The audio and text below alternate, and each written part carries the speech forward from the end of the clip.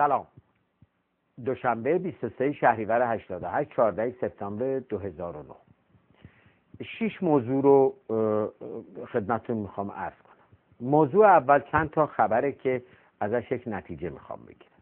اول اینکه در تهران کمیته مادران داغدار باز تجمعش رو شنبه شب در پارک لاله داشت و این هفته جمعیتی که رفته بود به همراهی و همدلی با این مادران داغدار بیشتر از هفته‌های قبل بود و این روند مثبتی است که من خواهشم این است که هر کس که میتونه به این مراسم هر شنبه بپیونده. نکته دوم این است که دیشب در پاره نقاط تهران شعار الله اکبر همراه با شعارهای دیگه‌ای مثل دعوت به اعتصاب و اینها بوده که به منتقل شده بود، در پاره خبرها اومده بود.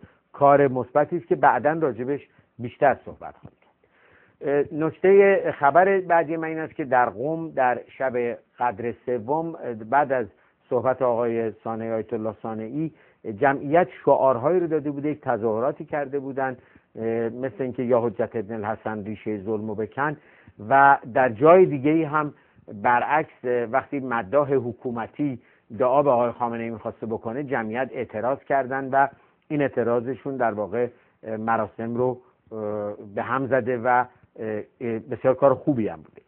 حالا از این چند تا خبر میخواستم بیام سر موضوع دوم. موضوع دوم این است که وقتی در قم مثلا اینجور اعتراضات یا تظاهرات میشه یا در مشهد مثلا کارهایی که بچه‌ها دارن میکنن، شعار نویسی و حرکت‌هایی که میکنن، یا در اصفهان یا شهرهای دیگه، این فشار رو همونجوری که قبلا هم صحبت کردیم از روی تهران کم میکنه. من به خصوص اینو میخوام تأکید کنم مجدداً که برای روز قدس بسیار بسیار واجبه که بچه‌ها در تمام شهرستان‌ها مسیرهایی رو که خود حکومت اعلامم کرده الانم معلومه حتما شناسایی کنن و تدارک بکنن که راهپیمایی رو برن و برگزار کنن. اگر هم مثل تهران نمیخوان همه مسیر رو برن به مقصد نهایی از اونجا مجتمع بشن و به جای راهپیمایی در واقع تجمع باشه. اگر حتی پیاده دشواره با ماشین حتما برن دور و بر اونجا حضور داشته باشن، بوق بزنن، شعار بدن و به این ترتیب در واقع گستره حرکت اعتراضی در روز قدس رو به تمام سطح کشور ببرن و هم فشار از روی تهران کم میشه و هم اینکه این تبلیغاتی رو که به خصوص در خارج از ایران حکومت میکنه که این اعتراضات فقط مخصوص تهران و اونم مثلا یک منطقه از تهران خنثی میکنه. به همین دلیل من خواهشم از بچه‌های شهرها هم این است که حتما عکس و فیلم رو فراموش نکنن و اون رو روی اینترنت بگذارن و منعکس بکنن، چون که وقت میشه در همه تلویزیون ها نشون داد و در واقع گستره جنبش رو هم در سطح کشور به خوبی نشون میده وقتی عکس و فیلم باشه.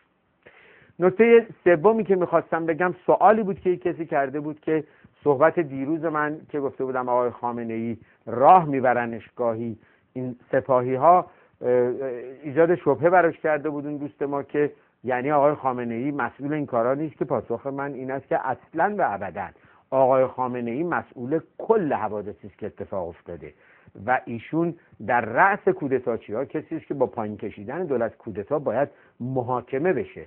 هر چی که اتفاق میفته مسئولیتش با آقای خامنه‌ایه. ولی اینی که در جبهه کودتاچی‌ها الان 3 گروه روشن شدن، یه گروه دولتی‌ها، یه گروه سپاهی‌ها و یه گروه هم بیت خود آقای خامنه‌ای و یه کسایی که میخوان ایشونو ببرن به سمت مسیرهایی که یه خود کوتاه بیاد مثلا، بلکه بتونن خشم مردم رو کاهش بدن. این 3 گروه با هم دیگه اختلاف دارن و کلاً بیرون از این 3 گروه هم در کل گروه اصولگراها هم شکاف‌های بزرگ افتاده و آقای خامنه‌ای توان فرماندهی این جبهه پشت سرش رو نداره. یک چیزایی رو میگه ولی بخش از اینا میرن مثلا سپاهی‌ها و کودتاچی‌ها میرن یه کارهای دیگه‌ای میکنن و در واقع او رو سنگ رو یخ میکنن.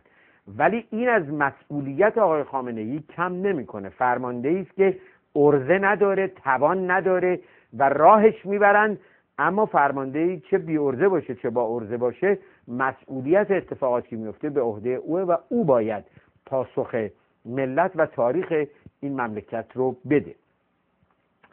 موضوع بعدی موضوعی است که سوالات خیلی زیادی راجع به این اومده، ای که ما در روز قدس صفمون چجوری از دیگران، از اونایی که حکومتیان جدا باید بکنیم. ببینید نکته اول این است که اولا تعداد اونها خیلی کمه.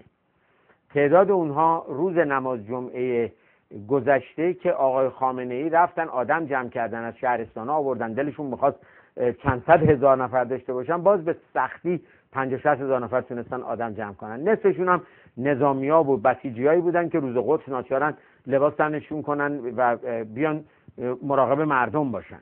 بنابراین اولا اصلا قصه نداره، برای اینکه اونا اصلا تعدادی ندارن که خیلی قرار بشه صفشون جدا شه. ثانیاً ما خیلی خیلی ساده، هیچ چیزی هم که همراهمون نباشه که اگر یه وقت خطری داشته باشه همین دوتا انگشتمون که دیگه انگشت دست خودمونه بالا ببریم به علامت وی و شروع کنیم به راه رفتن، یا یه جایی که ایستادیم وی بالا بیاریم، صف ما رو از صف اونها جدا میکنه. حالا اگر یه نوار سبزی هم توی جیبمون باشه که وقتی که با همیم، نه وقتی تنها هستیم یه وقت خطر داشته باشه، جمعی هستیم 50 نفر 100 نفر به بالا، اگر این یه نوار ساده رو دور دستمون ببندیم و این وی رو با این مچبند سبز نشون بدیم، دیگه کاملا صفمون جدا میشه. حالا علامت‌های دیگه جنبش هم اگه همراهمون باشه، عکس شهدا به خصوص، عکس رئیس جمهور منتخب، نمیدونم امثال هم، به محض اینکه اینو دستمون بگیریم صفمون جدا میشه. بنابراین اصلا نگرانی نداره جدا شدن صف ما از اونها. مهمش این است که خوب بتونیم فیلم بگیریم، عکس بگیریم و به دنیا هم بفرستیم. اون وقت مطمئن باشید که هیچ کس نمیتونه این کلک رو بزنه که جمعیت میلیونی ما رو در سطح کشور بخواد پای 4.5 آدمی که هنوز ممکن است که یا زورشون بکنن یا خودشون دلشون بخواد از دولت کودتاچی پشتیبانی بکنن قاطی بکنه و بخواد پای اونا بندازه.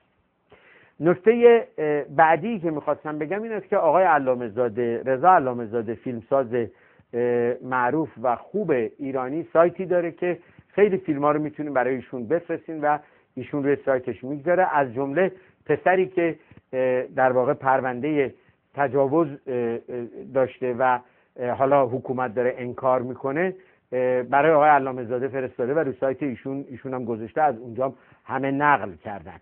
این بسیار کار خوبی است. در واقع دی نیست که کسانی که مورد شکنجه، تجاوز و تعدی حکومت قرار گرفتند وقتی که مطرح میکنن، افشا میکنن، نه فقط به لحاظ حقوق بشری کمک میکنن پرونده های علیه حکومت مستندتر و ساخته شده تر بشه، بلکه کمک میکنن که دیگران کمتر به این وادی ها بیفتن. وقتی آبروی حکومت رو میبرن و در واقع کمک به کل جنبش میکنن. جالب هم هست که حکومت هی سعی میکنه انکار بکنه. حالا آقای محسنی اژه‌ای رو انداختن جلو که از بیخ اصلا ادعا میکنه همه اینا جعلی، همش ساختگیه و شروع کردن به دروغ گفتن و آقای کروبی رو میخوان متهم کنن که اصلا اسنادش صحت نداره. به هر حال این کار آقای علامه‌زاده یکی از نمونه هایی است که نشون میده که چقدر اینها در واقع دروغ میگن همه حرفا رو. اما نکته آخری که میخواستم بگم، به این فیلم کوتاه، بخشی از این فیلم نگاه بکنید. کار خوبی است که بچه‌های وین در اتریش کردن. در واقع یک تظاهراتی رو بوده به اسم روز 12 سپتامبر از طرف حکومتی ها بوده و این بچه‌ها با داشتن لباس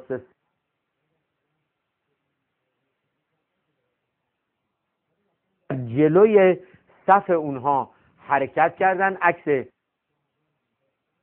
و حتی تاکتیکای دیگه ای هم استفاده کردن. از جمله حکومتی وقتی اومد ازشون عکس بگیره، فوری که رفتن ازش عکس بگیرن ناچار شده فرار کنه، دو پا داشته، دو پام قطع کرده و فرار کرده. شرح مفصلی بچه‌های وین دادن از اینکه چطور در واقع از یک تظاهرات موجود که مال حکومتی ها بوده استفاده، تظاهرات به نفع جنبش کردن و شعارهای الله اکبر دادن، کاملا اونها رو تحت شعار قرار دادن و مردم همه توجهشون به سمت اینها اومده. این رو میخواستم بگم، در واقع یک مدل کوچیکی از روز قدس رو ساختن.